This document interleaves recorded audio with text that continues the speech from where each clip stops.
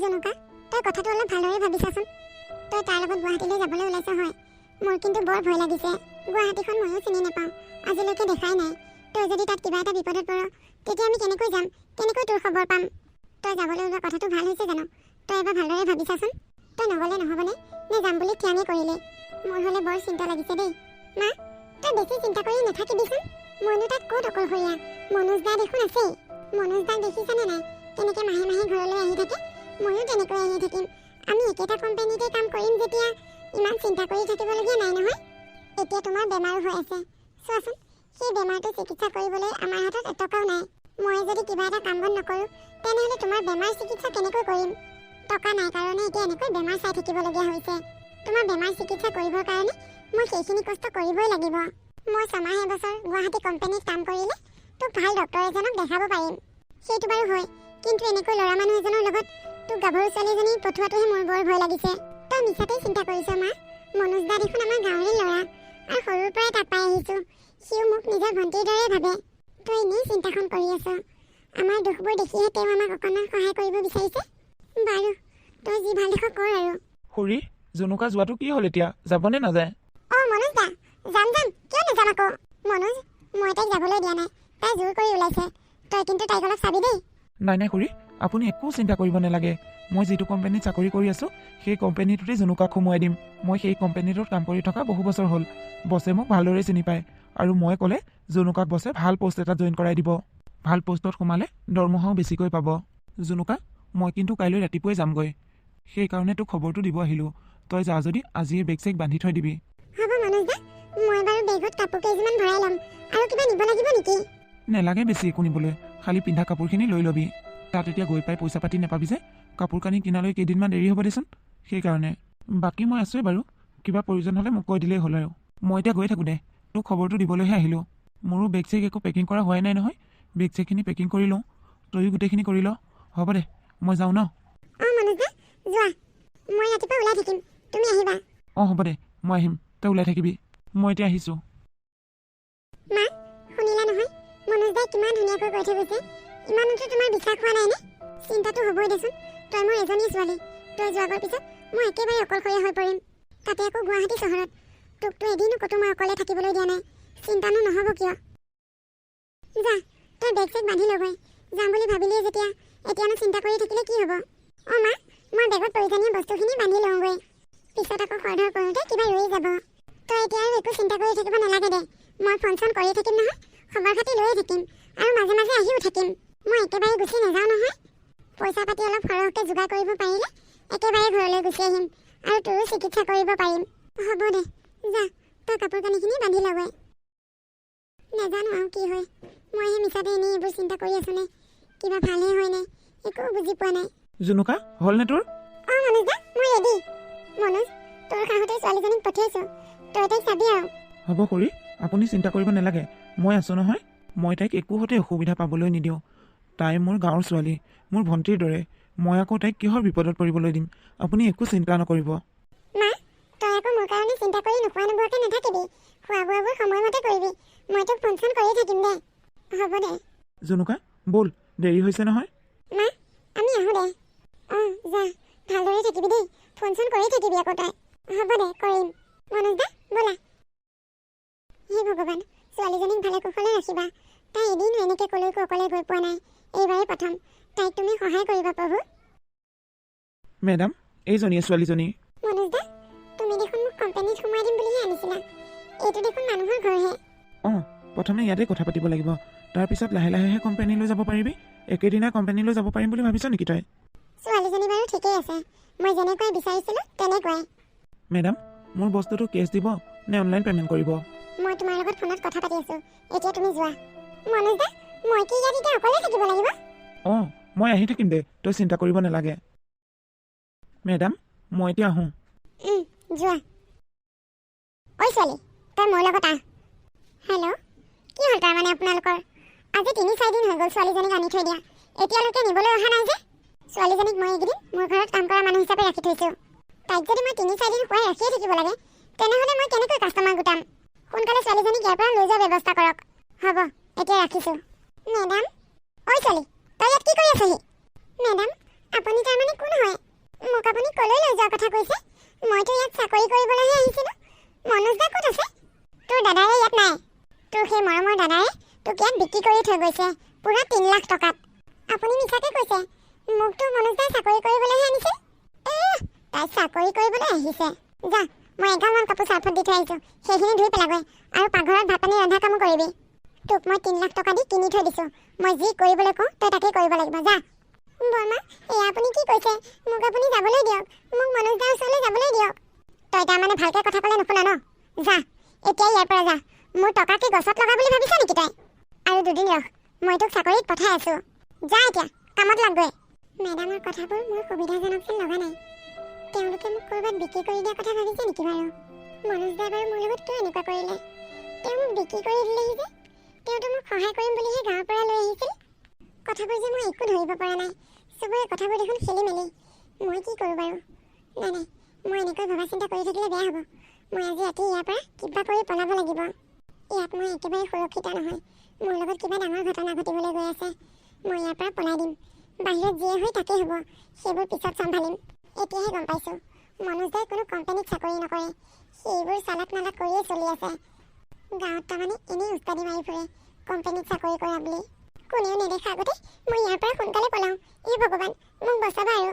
মাৰ বেমাৰ চিকিৎসা কৰিবলৈ চহৰত কাম কৰিবলৈ আহিছিলোঁ, কিন্তু এতিয়া দেখোন মোৰ কোনো ৰাস্তা নাইকিয়া হৈছে। মাৰ কথা শুনি নহা হ'লেই ভাল আছিল। ঘৰত মায়ে চাগে বহুত চিন্তা কৰি আছে। অহাৰ পৰা মালৈ ফোন এটাও কৰিব পৰা নাই। যাবলৈ ওলাইছোঁ হয়, কিন্তু ক'লৈ যাম একো বুজি পোৱা নাই। আগতে শুনিছিলোঁ ৰাতিৰ মহানগৰীখন হেনো বৰ ভয়াৱহ। মোৰ বহুত ভয় লাগিছে।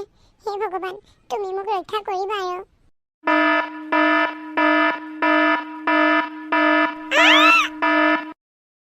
কোন আপুনি?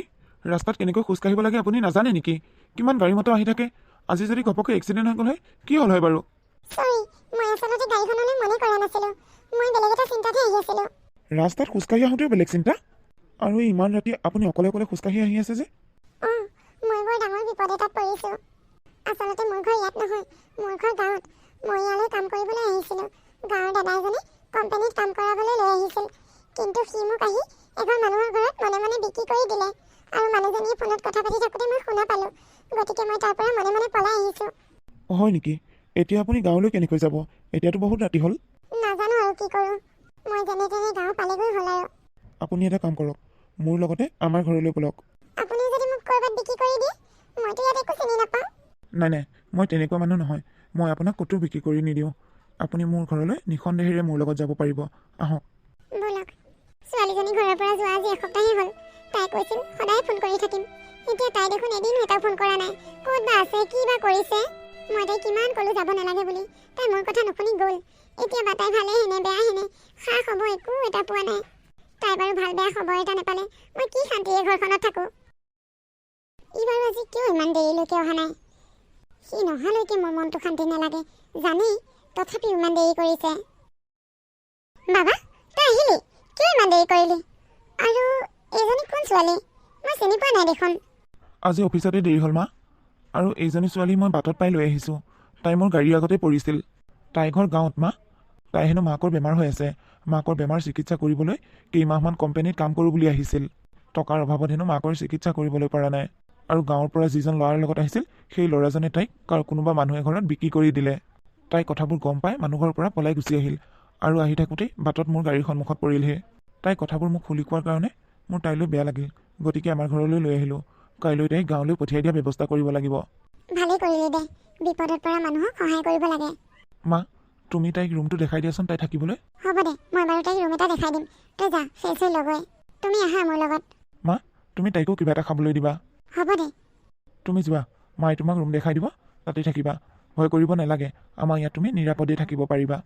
বৰমা, মই আপোনালোকৰ এই উপকাৰৰ কথা কেতিয়াও পাহৰিব নোৱাৰিম। হ'ব দিয়া, আমাৰ ই এনেকুৱাই বিপদত পৰা মানুহক সহায় কৰি বৰ ভাল পায়।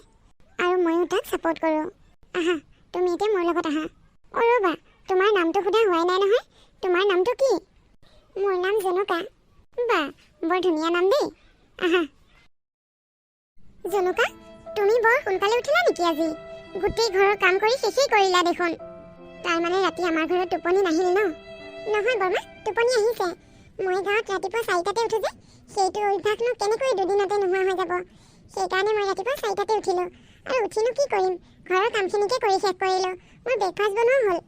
বৰমা, মই পাকঘৰত সোমোৱাৰ কাৰণে আপুনি কিবা বেয়া পাইছে নেকি? কি যে কথা কোৱা, কিয় বেয়া পাম আকৌ? মই ভালহে পাইছোঁ। আজি বহু দিনৰ মূৰত মই বেলেগে ৰন্ধা খাবলৈ পাম। সদায় মই নিজে ৰান্ধি ৰান্ধি খাই খাই আমনি লগা হৈ গৈছেগৈ। আজি চাগে খাই মই বৰ তৃপ্তি পাম। নাজানো আৰু তৃপ্তি পায় নে নাপায়। মই কিন্তু আপোনালোকৰ দৰে চহৰীয়া খাদ্য বনাবলৈ নাজানো। বাৰু দিয়াচোন, খাই চাওঁ কেনেকুৱা বা হৈছে। জুনুকা, আজি তুমি ৰন্ধা খাই বৰ ভাল লাগিল। বহু দিনৰ মূৰত ইমান সোৱাদৰ খাদ্য খাবলৈ পালোঁ। ময়ো খাই বহুত ভাল পাইছোঁ জুনুকা। আপোনালোকে সঁচাকৈ ভাল পাইছে মই বনোৱা খাই? সঁচাকৈ ভাল পাইছোঁ। জুনুকা, তোমালৈ এটা ভাল খবৰ আছে। মোৰো ভাল খবৰ। তুমি যে কৈছিলা কিবা কোম্পানীত কাম কৰিবলৈ ইয়ালৈ আহিছিলা, কালি ৰাতি মই বহুত ভাবি চিন্তি চালোঁ। তুমি যদি এতিয়া এনেকৈ গাঁৱলৈ ঘূৰি যোৱাগৈ, গাঁৱৰ মানুহে তোমাক হাঁহিব। গতিকে তুমি আমাৰ কোম্পানীতে কাম কৰিব পাৰিবা আৰু তোমাক ভাল চেলৰি এটা দিয়া হ'ব, যাতে তুমি তোমাৰ কষ্টৰ ধনেৰে মাক চিকিৎসা কৰিব পাৰা। Thank you. আপোনালোকক যে মই কি বুলি ধন্যবাদ দিম একো ভাষাই বিচাৰি পোৱা নাই। আপোনালোকে মোক ৰাতি ইয়ালৈ লৈ আহি নিৰাপদে থাকিবলৈ এটা সুবিধা দিলে আৰু ৰাতিটোৰ ভিতৰতে এটা চাকৰি যোগাৰ কৰি দিছে। আৰুনো মোক ইয়াতকৈ কি লাগে? মই আপোনালোকক যে কি বুলি ধন্যবাদ দিম। কালি ৰাতি যদি আপুনি মোক লগ নাপালে হয়, মই যে এতিয়ালৈকে কি হৈ গ'লো হয় ঠিক নাই। মানুহ হয় জীয়াই থাকিলোঁ হয় নে নাথাকিলোঁ হয়, সেইবোৰ কথা যে মোৰ ভাবিলে বুকুখন কঁপি উঠে। আপোনালোকৰ ওচৰত মই চিৰকৃতজ্ঞ হৈ ৰ'ম। আপোনালোকৰ এই ঋণ মই কেতিয়াও পৰিশোধ কৰিব নোৱাৰিম চাগে। জুনুকা, আৰু এটা ভাল খবৰ আছে। তুমি, মই আৰু আমাৰ বাবা, আমি 2-3 দিনৰ ভিতৰতে তোমালোকৰ গাঁৱলৈ যাম, তোমাৰ মাৰ ওচৰলৈ। কি সঁচা? মই মোৰ মাক লগ পাম? কি যে ভাল লাগিছে। আজি ইমান দিন হ'ল মই মোৰ মাক লগ নোপোৱা। মায়ে চাগে মোলৈ সদায় বাট চাই আছে। ওচৰৰ খুৰী এজনী ফোনৰ নাম্বাৰ এটা আনিছিলোঁ, কিন্তু সেই মানুহ ঘৰতে থৈ আহিলোঁ নহয়। হ'ব দিয়া, আজি এসপ্তাহ এনেকেই কটালা আৰু 2 দিনৰ কথাহে। হ'ব দিয়া, একেবাৰে মাক লগ কৰিবা। মা, মাজনী, তই আজি ইমান দিনে ক'ত আছিলি? তই যোৱাৰ পৰা মোলৈ ফোন এটাও কৰা নাই। তই ভালে আছনে মাজনী? বৰ্তমান ভালেই মা। এইবোৰ বহু ঘটনা হৈ গ'ল মোৰ লগত, সেইকাৰণে মই তোমাৰ লগত কথা পাতিবলৈ পৰা নাই। সকলোবোৰ কথা মই খুলি কৈ আছোঁ ৰ'বা। এওঁলোক কোন? এওঁলোক আমাৰ ভগৱান মা। এওঁলোকৰ কাৰণে আজি তুমি মোক দেখা পাইছা। মই তোমাৰ ওচৰত থিয় হৈ আছোঁ। যদি এওঁলোক নাথাকিল হয়, তুমি চাগে আজি মোক দেখা নেপালা হয়। তই এইবোৰ কি কৈছ মাজনী? জুনুকা, হ'ব দিয়া, হৈ যোৱা কথাবোৰ বাদ দিয়াচোন। ইমান দিনৰ মূৰত মাক লগ পাইছা, মাৰ লগত ভালদৰে হাঁহি ফূৰ্তিৰে কথা পাতা। দুখৰ কথাবোৰ এতিয়া কৈ থাকিব নালাগে। বাৰু যি কি নহওক, আপোনালোকক বহুত বহুত ধন্যবাদ। আপোনালোকে যে মোৰ ছোৱালীজনীক এনেকৈ সুৰক্ষা দি ৰাখিছে, তাৰ বাবে আপোনালোকৰ এই উপকাৰ কেতিয়াও নাপাহৰোঁ। বাৰু হ'ব দিয়ক, তাই এটা সৰু বিপদত পৰিছিল আৰু বিপদৰ পৰা আমি উদ্ধাৰ কৰিছোঁ। উদ্ধাৰ কৰাটো জানো মানুহৰে কৰ্তব্য নহয়? মানুহ হিচাপে মানুহৰ দায়িত্ব পালন কৰিছোঁ। বাৰু যি কি নহওক, আমি ইয়ালৈ অহা উদ্দেশ্য কিন্তু বেলেগহে। উদ্দেশ্য বেলেগ? কি বাৰু? আপোনাৰ ছোৱালীজনীক আমি বেছিদিন লগ পোৱা নাই।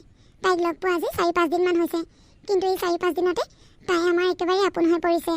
গতিকে আপোনাৰ ছোৱালীজনীক মোৰ ল'ৰালৈ বিয়া কৰাব বিচাৰিছোঁ, মানে মোৰ বোৱাৰী। বৰমা, এয়া আপুনি কি কৈছে? মই বহুত দুখীয়া মানুহ ঘৰৰ ছোৱালী। হ'ব জুনুকা, আমি জানো আৰু দেখিছোঁ। আমি ধনী দুখীয়াক লৈ তোমাক পচন্দ কৰা নাই নহয়। আমি তোমাক পচন্দ কৰিছোঁ, তোমাৰ মানৱীয়তাখিনিক পচন্দ কৰিছোঁ। পিছে আপুনি বা এতিয়া কি কয়? আপুনি যদি হা বুলি কয়, আমি কিন্তু বেছিদিন দেৰি কৰি নাথাকোঁ। সোনকালে জুনুকাক আমাৰ ঘৰৰ বোৱাৰী কৰিম। জুনুকাই আমাৰ কথা আপোনালোকক কি কৈছে নাজানো, কিন্তু এতিয়া আপোনালোকে ইয়ালৈ আহি আমাৰ ঘৰ দেখিছে, আমাক দেখিছে, আমাৰ কথাবোৰ জানিছে। ইয়াৰ পিছতো যদি আপোনালোকে অপচন্দ কৰা নাই, তেনেহ'লে মোৰো কোনো আপত্তি নাই। তেনেহ'লে জুনুকা আৰু আমাৰ বাবাৰ বিয়াখন ফাইনেল। এতিয়াৰ পৰা আমি দুয়োজনী বিয়নী হ'লোঁ। এতিয়া আমাক এনেকৈ বাহিৰতে থিয় কৰি থ'ব নে ভিতৰলৈও নিব? কথা পাতি থাকোঁতে পাহৰিয়ে গ'লোঁ। আহক আহক, ভিতৰলৈ আহক। আহক বৰমা, ভিতৰলৈ আহক। বৰমা নহয়, আজিৰ পৰা মই তোমাৰ মা। আজিৰ পৰা তোমাৰ দুজনী মা। আহক মা, ভিতৰলৈ আহক।